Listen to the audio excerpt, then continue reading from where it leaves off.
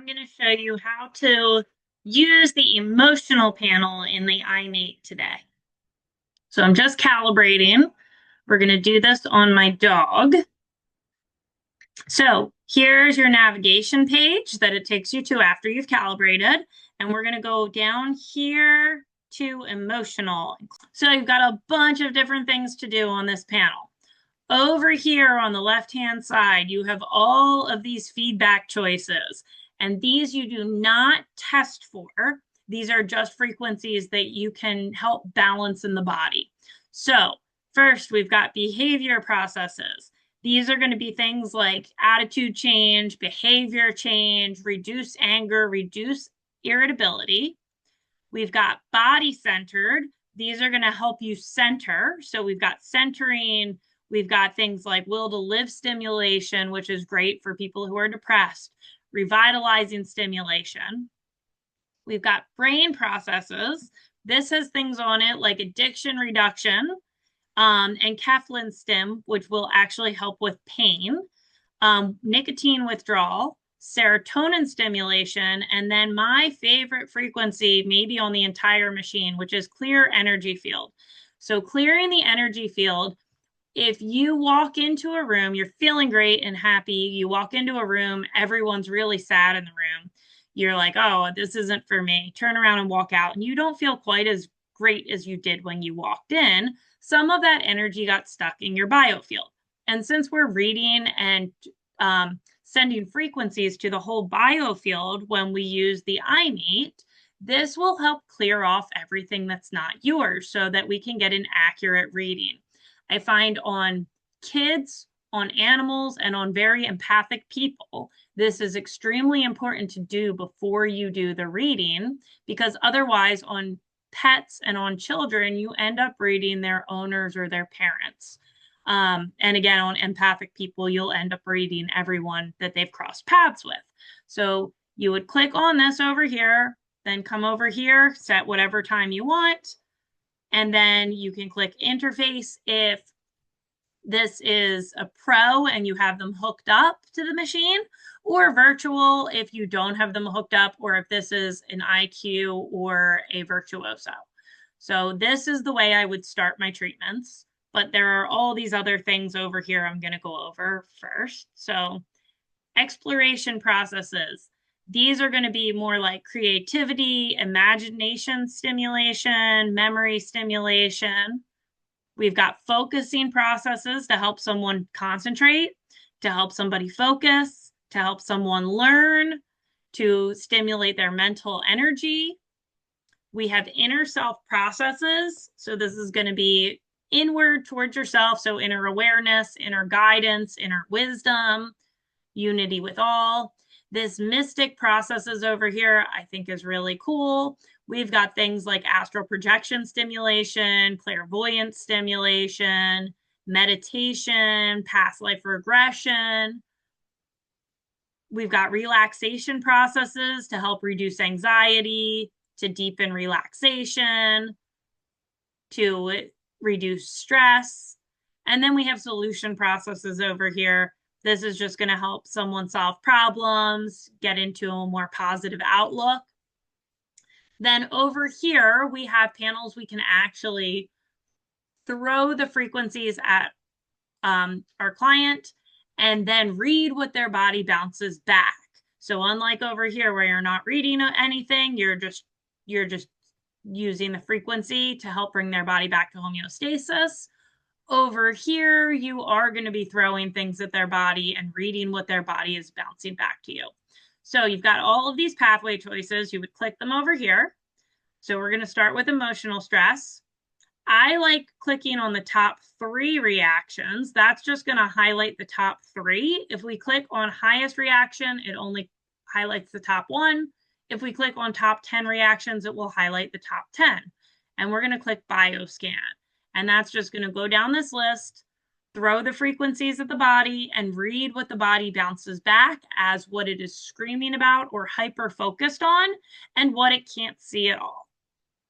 Now, in the conflict stress factors, the relationship stress factors, and the age stress timeline, I like to treat the top emotions. But in the emotional stress factor, I like to treat the bottom emotions. I think that the things at the top you need to honor and release, feel, honor, and release. And the things at the bottom that you can't feel at all are sometimes really good to help the body bring into balance so that you can better honor, feel, and release the things at the top. So there we go. Now this is his reading. So insensitivity came up first. Need to recognize and react came up second. Loneliness came up third. That could be because we lost our other dog a year ago. Psychic pain, kindness, because he's a very kind dog, vulnerability.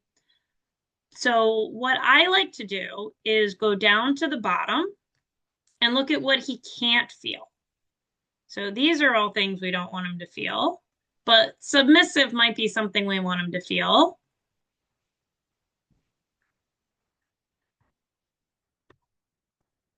Self-care is definitely something we want him to feel. Respect is something that we want him to feel.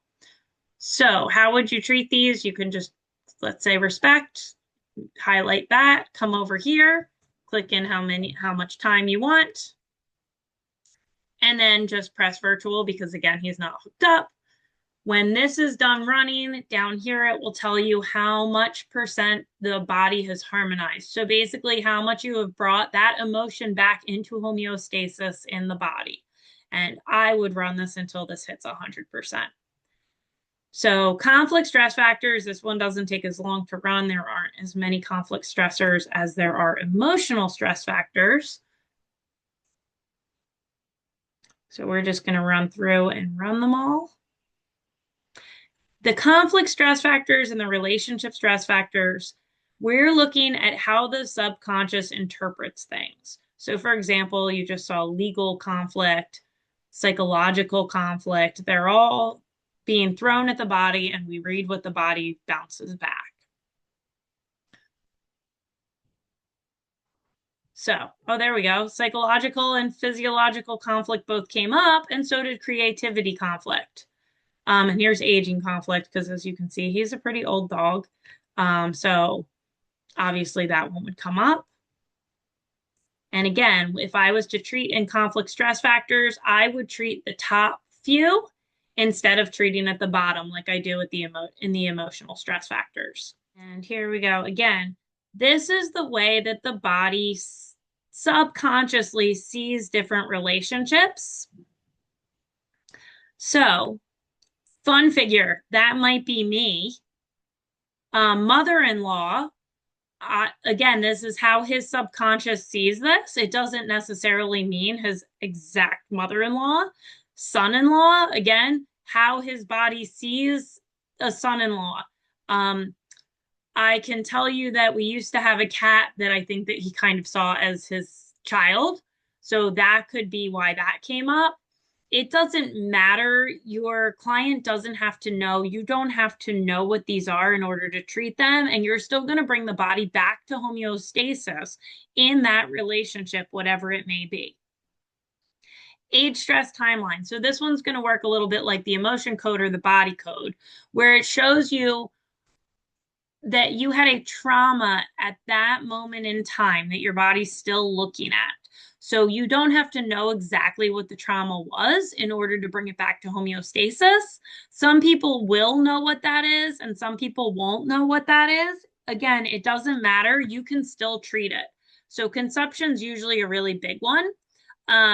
Especially, I mean, he's a dog, right? Sometimes conception's not the nicest thing for animals.